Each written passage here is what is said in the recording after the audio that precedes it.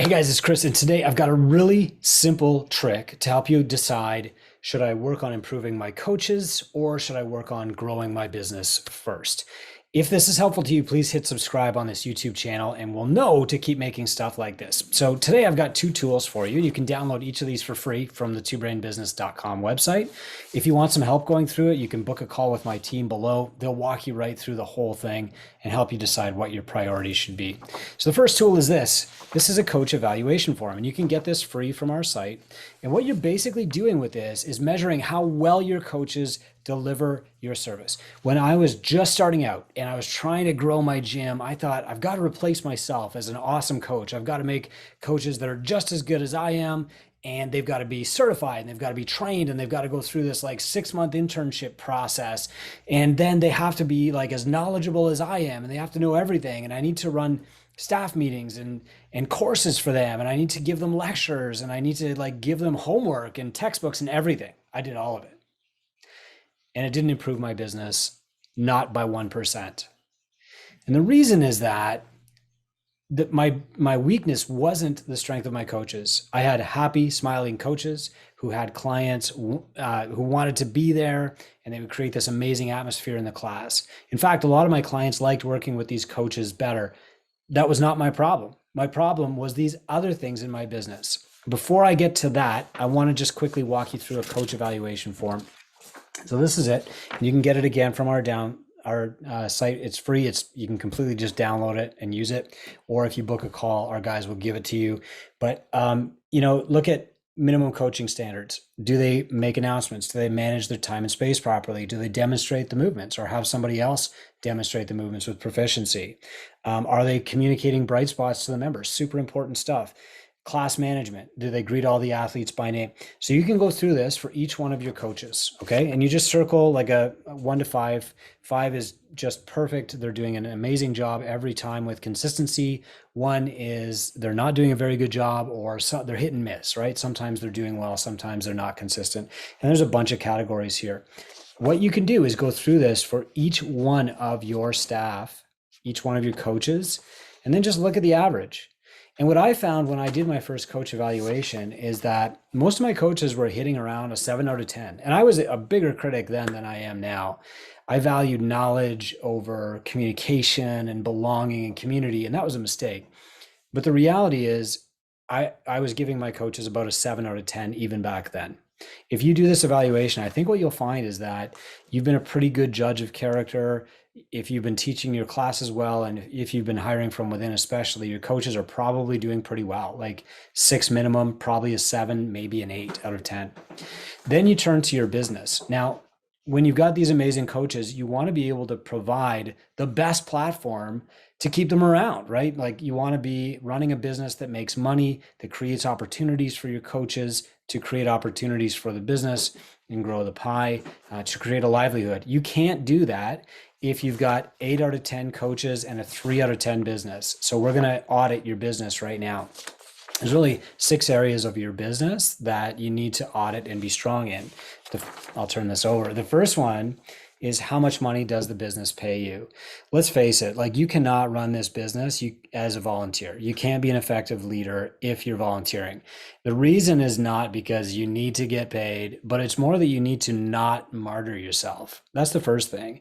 The second thing is that if you're working a lot in the business and you're not getting paid, then I know you are not creating the kind of opportunities that you need to be creating for your staff. Your staff needs to make money. More than anything, they want to work with clients who will allow them to do their best work. And if you're not making money from the business, that is a huge flag that those things aren't being done. So the next category is, how many clients do you have on a recurring basis? Look, you don't need 300 clients to make a great living at a micro gym or create careers for your coaches. You just don't. In fact, if you've got 300 clients, that's fantastic. Let's move on to the next line. But if you've only got 50, 90, 110, no matter how much those people are paying, you're going to struggle to make careers for your coaches. And so we go to the next thing. What is your average revenue per member? How much is the average person paying you? If you took all of your clients and you added up all of your revenue and divided by the number of clients, how much is the average person paying you? The average in our state of the industry was just under $100 per month. That's way too low. You need to provide more value, and we can teach you how to do that. The next is how long are people staying? Your length of engagement. If the average person coming into your gym is staying 3 years, 36 months, then that's long enough for you to know that you're changing their life. Our target leg at Catalyst is 36 months because we know that if we can have them for 36 months, we are creating an exercise habit that will last them the rest of their life, whether they're training with us or somebody else. The industry average for this, though, is way too low. The average industry leg is like 8 months. That's a 2 out of 10. The interesting thing, though, is if you can get a client from 8 months to 12, they're likely to get to 16. And if you can get them to 16, they're likely to stay for 24. This stuff compounds if you do it right. The next thing that you want to look at is what's your time worth? What jobs are you doing?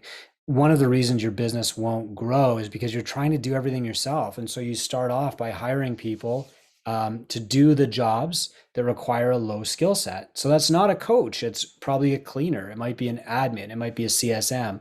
You hire those roles first. That buys you time to work on the higher value roles to do your job, which is growing the business to provide a better living for your coaches. And then from there, you say, what percentage of your money goes toward paying recurring expenses? Look, a lot of us opened up a facility that was just way too big and we became cash poor, and we spent all of our time paying the landlord instead of paying coaches and paying ourselves. And so our priorities were mixed up. And so we want to audit that too. What you want to do is look at these 6 things. It's a very simple audit. You can do it in 5 minutes. You can do it faster than I explained it to you. And if you're looking on here and you're seeing a score that's low, like a 3 or a 4 or a 5, but your coaches are at a 7 or an 8 or a 9, then you know that you need to build your business first, right? An 8 out of 10 coach cannot make a career at a 3 out of 10 business.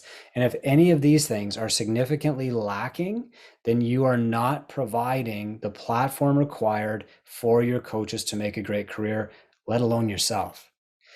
If you're lacking in one of these areas of your business, you need to fix that first so that you have a platform that can sustain amazing coaches. Let's look at a few scenarios here. Let's say that you've got a rock star coach, a 9 out of 10, amazing. They're better than you. I've had a few of these. And your business just isn't at a place where it can sustain them. What do you think is going to happen to that coach? They're going to build a lot of affinity with your clients. And they probably have some goodwill with you, so they're going to stick around for a while. But eventually, they're going to realize the only way that they can make more money is to go out on their own and try to become another gym owner. That was exactly me. That's how a lot of gyms get started, is from existing gyms. What happens if you have the opposite? What happens if you have an amazing business model and really, really poor coaches? 3 or 4 out of 10. Smiley, happy people, most of the time, they're inconsistent. Well, of course, that breaks too. You have to have good staff delivering on your model. What happens if you're kind of in the middle? You've got coaches who are a 6 or 7 or an 8 out of 10, and you've got poor business systems. Probably you won't last long enough to make a meaningful career for that coach.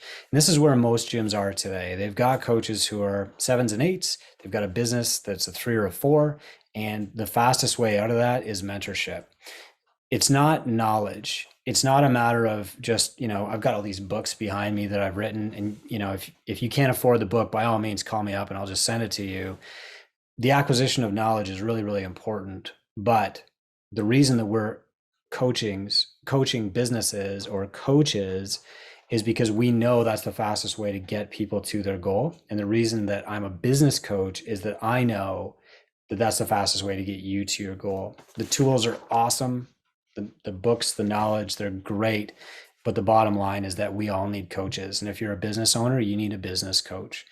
If knowledge was the answer, we'd all be billionaires with 6-pack abs. Since we're not, I recommend you get a coach. But start off by figuring out what kind of coach you want, what kind of coach you want to get your staff. I hope this helps.